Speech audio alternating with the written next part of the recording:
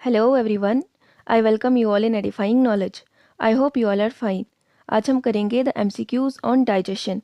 तो स्टार्ट करते हैं। हमारा पहला क्वेश्चन है, by which process food is propelled down through oesophagus into the stomach. किस प्रोसेस के थ्रू जो फूड है वो ईसोफेगस के थ्रू जो है स्टोमक तक पहुंचता है।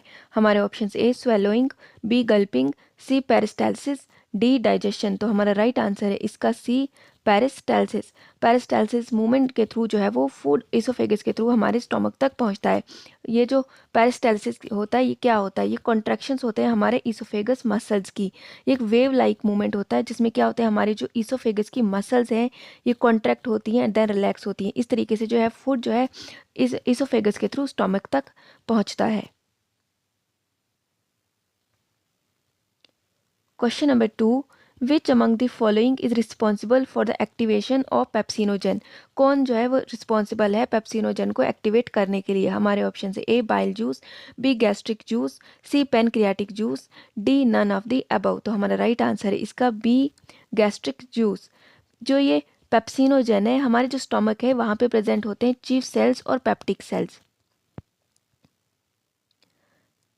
पेप्टिक सेल्स क्या करते हैं, ये जो है ये स्टोमक में लगे होते हैं जो कि स्क्रीट करते हैं पेप्सिनोजन को। पेप्सिनोजन क्या होता है, ये इनएक्टिवेट फॉर्म में होता है। तो जब ये HCl या गैस्ट्रिक जूस की कांटेक्ट में आता है, जब पेप्सिनोजन गैस्ट्रिक जूस के HCl की कांटेक्ट में आता है तो ये कन्वर्ट हो जाता है हमारा पेप्सिन में, जो कि एक्टिव फॉर्म होता है। देन ये एक्ट करता है हमारे प्रोटीन्स पे। तो प्रोटीन्स पे जो है सबसे पहले जो एक्शन कहाँ पे होता है, हमारे स्टोमक में होता है। कौन करता है, पेप्सिन। पेप्सिन जो है वो प्रोटीन्स को जो है कन्वर्ट कर देता है पेप्टोन्स में।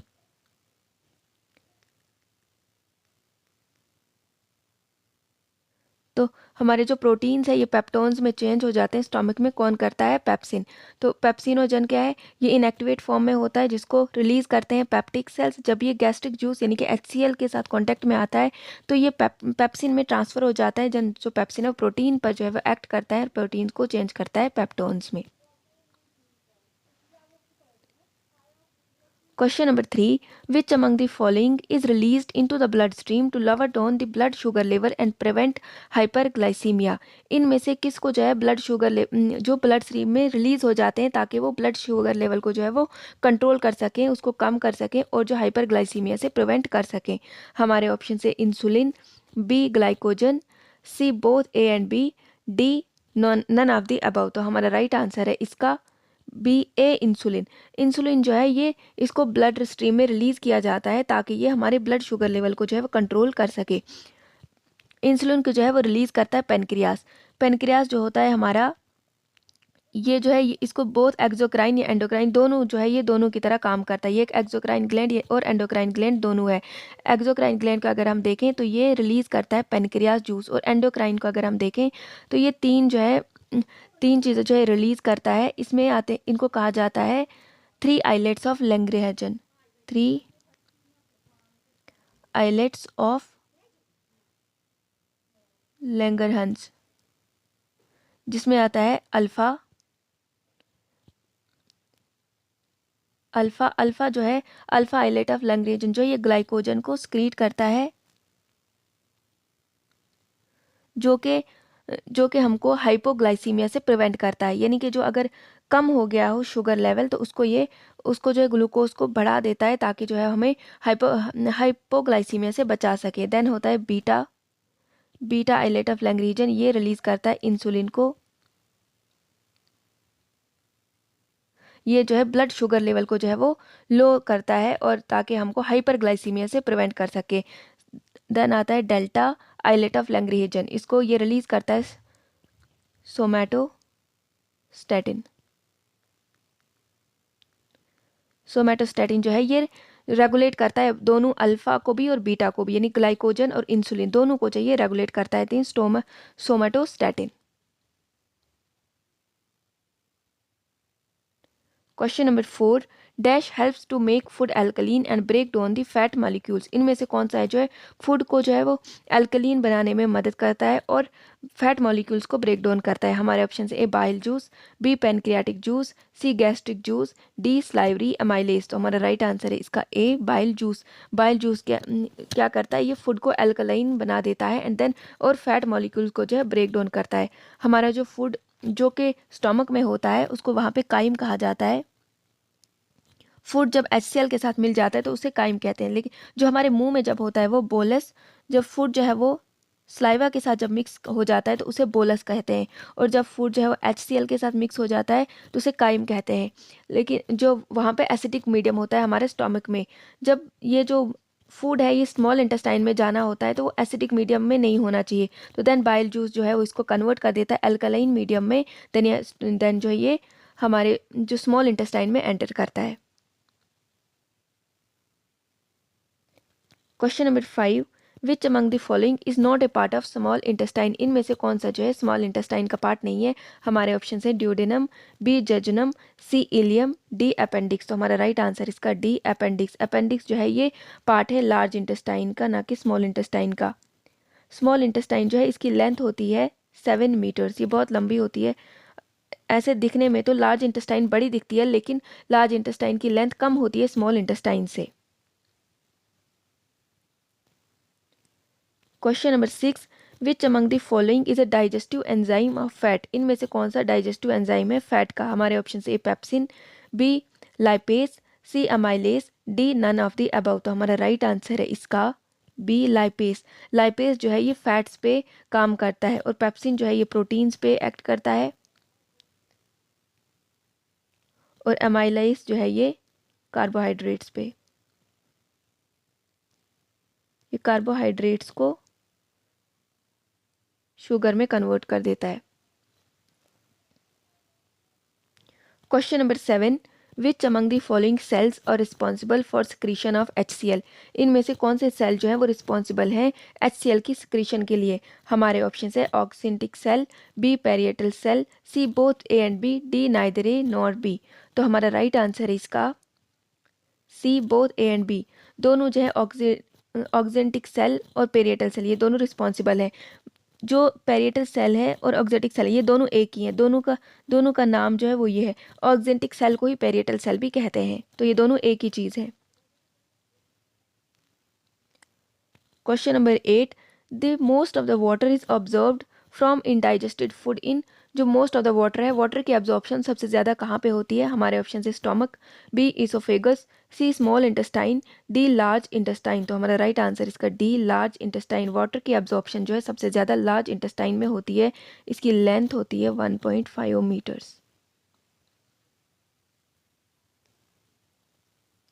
Question number 9, the pyloric region of stomach opens into small intestine throw.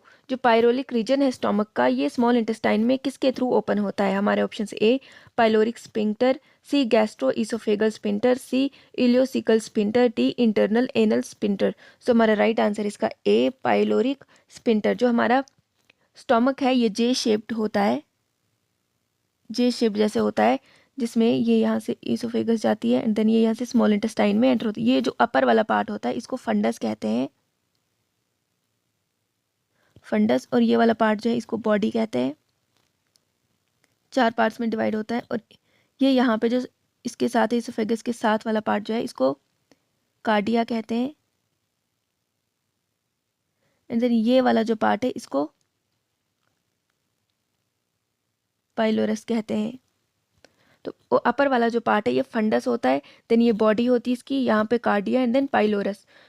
यहाँ पे जो है ये आता है पाइलोरस स्पिंटर। स्पिंटर क्या होता है? ये हम मान सकते हैं एक बटन की तरह है जो कि फूड जो होता है स्टोमक में इसको रेगुलेट करता है स्मॉल इंटेस्टाइन में जाने के लिए। और यहाँ पे भी जो है एक स्पिंटर प्रेजेंट होता है जिसको कहते हैं गैस्ट्रो इसोफेगल स्पिंटर, जो क्या करता है हमारे स्टोमक में जो फूड होता है उसको बाहर जो ये होती है इसोफेगस में आने नहीं देता है, क्योंकि वो जो होता है वहाँ पे एसिडिक मीडियम में होता है जो कि इसोफेगस के लिए अच्छा नहीं होता है।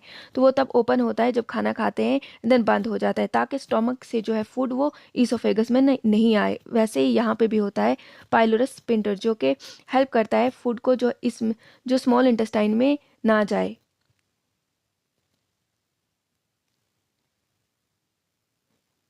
Question number 10, the tiny fingers like projections are present in which part of digestive system. जो टाइनी फिंगर्स लाइक प्रोजेक्शन होती है ये डाइजेस्टिव सिस्टम के किस पार्ट में प्रेजेंट होते हैं? हमारे ऑप्शन से buccal cavity, B stomach, C small intestine, D large intestine. तो हमारा राइट आंसर इसका सी स्मॉल इंटेस्टाइन। जो फिंगर लाइक प्रोजेक्शन है उनको विली कहा जाता है, विलाई कहा जाता है, जो कि स्मॉल इंटेस्टाइन में प्रेजेंट होती हैं। ये क्या करती हैं? ये जो है सरफेस एरिया को बढ़ा देती हैं।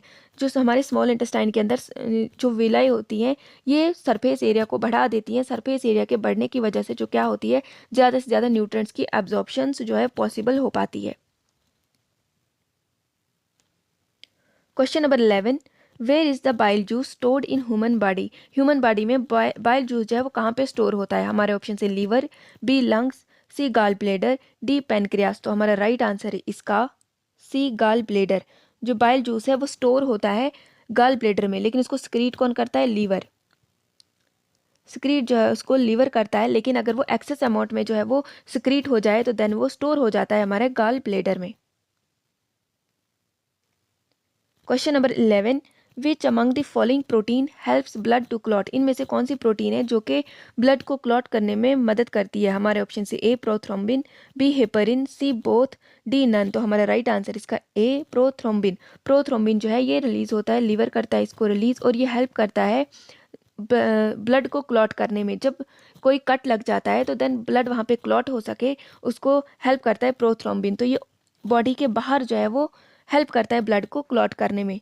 हेपरिन जो है इसको भी रिलीज करता है लीवर। ये क्या करता है?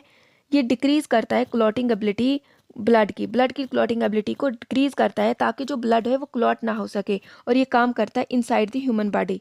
तो इनसाइड जो होता है ह्यूमन बॉडी के अंदर जो है ब्लड क्लॉट ना हो सके उसके लिए काम करता है हेपरिन, और बाहर जो है बॉडी के बाहर जो क्लॉट हो सके उस पर काम करता है prothrombin.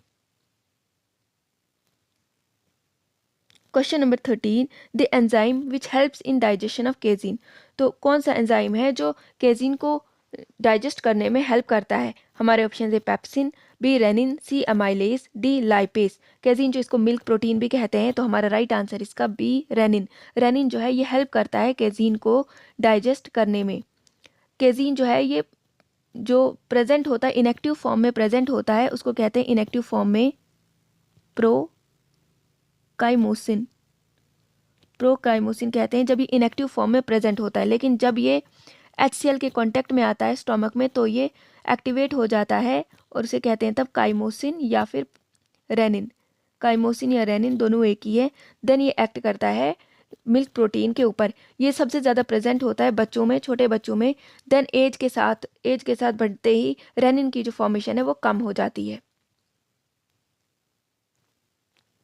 Question number 14, the process that transforms any glucose that is not immediately needed into glycogen is known as। ऐसा प्रोसेस जो कि ग्लूकोज को ग्लाइकोजन में कन्वर्ट कर देता है, जो कि अभी ग्लूकोज की ज़रूरत नहीं होती, देन ग्लूकोज को जो ग्लाइकोजन में कन्वर्ट कर देता है, उस प्रोसेस को क्या कहते हैं? हमारे ऑप्शन से ग्लाइकोजेनेसिस, बी ग्लाइकोलिसिस, सी एब्जॉर्प्शन, डी प्रोपल्शन। तो हमारा राइट आंसर इसका ए ग्लाइकोजेनेसिस। ग्लाइकोजेनेसिस प्रोसेस के थ्रू जो है ग्लूकोज ग्लाइकोजन में कन्वर्ट हो जाता है और ये स्टोर हो जाता है। ग्लाइकोजन जो है ये मेनली स्टोर होता है हमारा लीवर और मसल्स में। एंड देन जब हमारी बॉडी को ग्लूकोज की नीड पड़ती है तो ये ग्लाइकोजन जो है अगेन कन्वर्ट हो जाता है ग्लूकोज में। Question number 15, the process by which digested food enters the blood stream is called. ऐसा प्रोसेस जिसके थ्रू जो है हमारा डाइजेस्टेड फूड जो ब्लड स्ट्रीम्स में एंटर कर जाता है तो उसे क्या कहते हैं? हमारे ऑप्शन से ए इंजेशन, बी डाइजेशन, सी एब्जॉर्प्शन, डी एसिमिलेशन। तो हमारा राइट आंसर इसका सी एब्जॉर्प्शन। एब्जॉर्प्शन के थ्रू क्या होता है, हमारे जो डाइजेस्टेड फूड है वो ब्लड स्ट्रीम्स में एंटर करता है। एब्जॉर्प्शन जो है मेनली जो होती है वो स्मॉल इंटेस्टाइन में होती है।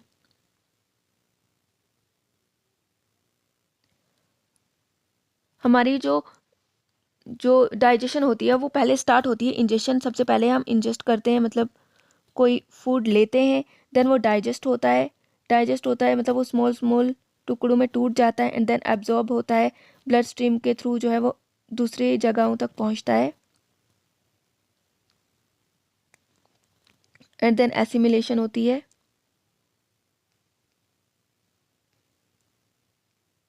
एसिमिलेशन में जो फूड एब्जॉर्ब हो गया होता है वो सेल्स लेवल तक पहुंचता है, एंड देन लास्ट में होता है इजेशन। इजेशन होता है जो वेस्ट मटेरियल होता है वो एक्सक्रीट आउट हो जाता है। एब्जॉर्प्शन में क्या होता है, जो फूड जो है वो लेते हैं वो वहाँ पे डाइजेस्ट होता है। डाइजेस्ट जो मेनली जो सारी ऑब्जॉर्प्शन होती है वो स्मॉल इंटेस्टाइन में होती है। स्मॉल इंटेस्टाइन में विलाइज होते हैं जहाँ पे मैक्सिमम जो है न्यूट्रिएंट्स की एब्जॉर्प्शन होती है। वहाँ पे कैपिलरीज प्रेजेंट होती हैं, जिन कैपिलरीज के थ्रू जो है वो जो न्यूट्रिएंट्स हैं वो लिए जाते हैं, और वो सारी कैपिलरीज मिलकर जो है वो एक वीन बनाती हैं, जिसको कहते हैं hepatic portal vein. Hepatic portal vein, ये वीन जो है देन जाती है लीवर में, और लीवर में जो है ये सारे ग्लूकोज जो है देन कन्वर्ट हो जाते हैं ग्लाइकोजन में, एंड देन जब हमें ज़रूरत होती है उसकी, या ज़रूरत होती है तो ग्लूकोज में कन्वर्ट हो जाता है। तो ये थे हमारे 15 क्वेश्चंस डाइजेशन पे। आई होप आपको पसंद आए होंगे। Thank you.